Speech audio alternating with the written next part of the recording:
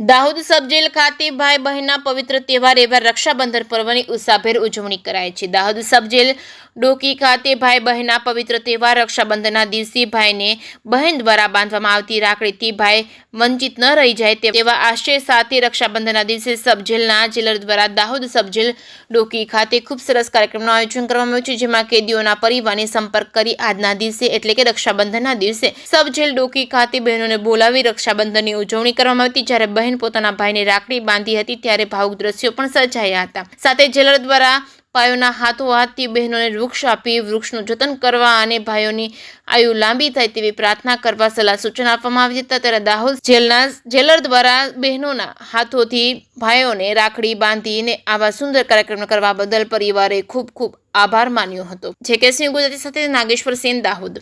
પવિત્ર તહેવાર રક્ષાબંધન અને જેલ વિભાગનો અમારો મોટો તહેવાર એટલે કે રક્ષાબંધન। આ દિવસે બંદીવાન એની બેનને રાખડી બાંધવાથી વંચિત ન રહે તેથી અમો જેલની અંદર બહેનોને એન્ટ્રી આપી એના ભાઈઓને રાખડી બાંધે છે। ત્યારે આ સમયે અમો દ્વારા વીરપસલીની ભેટ રૂપે અલગ અલગ વૃક્ષો દાડમ, ગુલાબ, તુલસી આ બહેનોને આપી અને એને વીરપસલીની ઉજવણી પણ અને ભાઈ તરફથી ગિફ્ટ પણ આપવામાં આવે છે।